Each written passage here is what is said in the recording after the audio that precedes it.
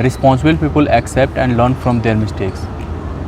Good morning guys. इस video में हम लोग बात करेंगे केवल इम्प्रूवमेंट स्टूडेंट्स के बारे में, जो बच्चे इम्प्रूवमेंट के लिए एग्ज़ाम देना चाहते हैं। गाइस, इम्प्रूवमेंट के लिए एलिजिबिलिटी, आपको प्रैक्टिकल देना है या नहीं, चार्जेस कितने होते हैं, फ़ीस कितनी होती है और किसको देना चाहिए, कितने सब्जेक्ट में देना चाहिए, सारी चीज़ें डिटेल्स में बात करेंगे। ठीक है, तो सबसे पहले बात करते हैं एलिजिबिलिटी क्राइटेरिया क्या है। ठीक है, तो एलिजिबिलिटी वो सारे बच्चे हैं जो 12th में 2020 में मार्च में पास हो गए थे एंड वे चाहते हैं कि उनके परफॉर्मेंस को थोड़ा इंप्रूव करना, किसी सब्जेक्ट में मार्क्स कम आया तो उसको ज़्यादा करना, तो वे अगली बार 2021 मार्च में अपीयर हो सकते हैं। इसके लिए फॉर्म कुछ दिन में रिलीज हो जाएगा। ठीक है, तो सबके लिए ये फॉर्म जो है कुछ दिन में रिलीज हो जाएगा, तो पहले तो ये याद रखो। ठीक है, फॉर्म आएगा, इसके लिए अपडेटेड रहना आप। तो अपडेटेड रहने के लिए मैं यहाँ पे आपको बताता रहता हूँ, तो आप चैनल को सब्सक्राइब कर सकते हो। एंड बात करते हैं दूसरी एलिजिबिलिटी, जो बच्चे कंपार्टमेंट में प्लेस्ड हो गए थे और उन्होंने सितंबर में कंपार्टमेंट दिया और पास हो गए, अब उनके सारे सब्जेक्ट पास हैं बट चाहते हैं कि इम्प्रूवमेंट देना, तो वे भी बच्चे इम्प्रूवमेंट एग्ज़ाम दे सकते हैं।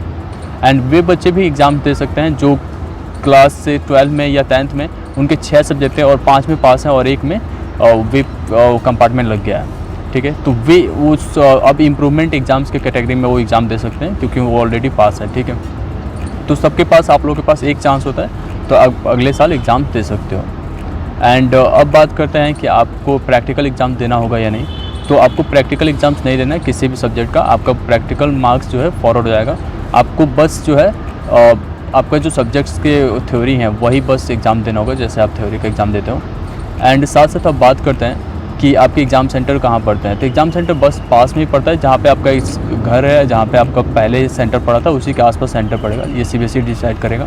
अब बात करते हैं हम लोग कि आपको जो इम्प्रूवमेंट का फ़ीस कितना देना पड़ेगा। तो जितनी सब्जेक्ट में आप अप्लाई करते हो 300 रुपये पर सब्जेक्ट होता है। इस पर कहीं चेंज हो जाए थोड़ा सा तो ये आपका फ़ीस हो गया। एंड किन बच्चों को इम्प्रूवमेंट एग्ज़ाम देना चाहिए, तो वे सारे बच्चे इम्प्रूवमेंट एग्ज़ाम दे सकते हैं, क्योंकि बेसिकली होता क्या है, जब आप कॉलेज में जाते हो और प्लेसमेंट्स वगैरह में बैठते हो तो वहाँ जो कंपनियाँ आती हैं क्राइटेरिया लगाते हैं मार्क्स का, तो वे 10th और 12th में अबाउट 70% का क्राइटेरिया मैक्सिमम लेके चलते हैं, 70% तक, या 75 भी रखते हैं कुछ कंपनियाँ, और उससे ऊपर भी रख सकती हैं, तो वे उन पर डिपेंड करता है। तो 70 के आसपास तो रहना चाहिए आपके सिलेबस, तो मतलब मार्क्स, तो आप इम्प्रूवमेंट एग्ज़ाम दे सकते हो अगर आपको उतना नहीं है तो। अब बात करते हैं कितने सब्जेक्ट्स में देना चाहिए।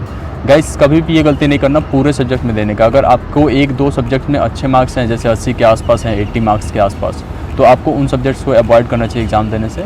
आप बस उन सब्जेक्ट में एग्ज़ाम्स दो जिसमें बहुत ही कम नंबर है। जैसे फिजिक्स में आपको आ गए हैं 27, 25, मतलब मान लो 33 आ गया है, तो आप चाहते हो उसे इम्प्रूव कर सकते हो। जैसे थ्योरी में 33 आ गया, ठीक है, तो आप उसे इम्प्रूव करने के लिए दोबारा एग्ज़ाम दे सकते हो और इस तरीके से आपका इम्प्रूवमेंट हो जाएगा उसमें।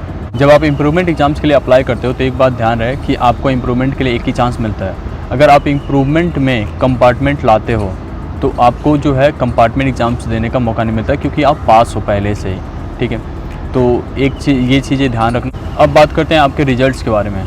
गाइस, आप लोग के रिजल्ट जैसे होता है इम्प्रूवमेंट के, एक इम्प्रूवमेंट नाम से ही रिजल्ट आता है, उसमें इम्प्रूवमेंट लिखा होता है। तो आप अगर एक सब्जेक्ट का अगर एग्ज़ाम देते हो इम्प्रूवमेंट में, तो आपको एक सब्जेक्ट आता है, 2 सब्जेक्ट का देते हो तो 2 सब्जेक्ट आएगा उसमें लिख के।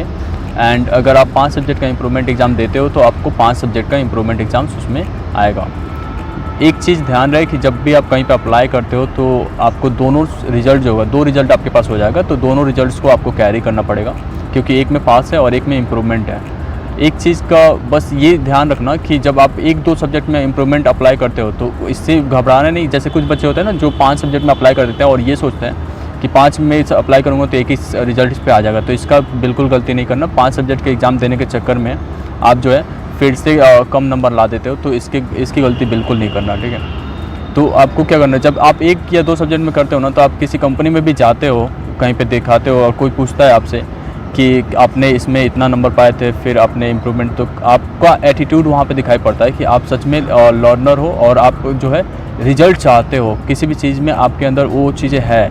जैसे नहीं होता कि एटीट्यूड वो है, तो आपके पास एटीट्यूड वो है, आपने फिर से अप्लाई करा एग्ज़ाम देने के लिए, तो ये बहुत ही अच्छी बात होती है। आप केवल 1 या 2 या 3 सब्जेक्ट में मैक्सिमम तो इम्प्रूवमेंट के लिए अप्लाई करना। और फिर भी अगर आपको कोई डाउट्स आ गया तो प्लीज़ कमेंट सेक्शन में पूछो मुझसे, मैं आपको रिप्लाई करने की कोशिश करूँगा। Thank you so much.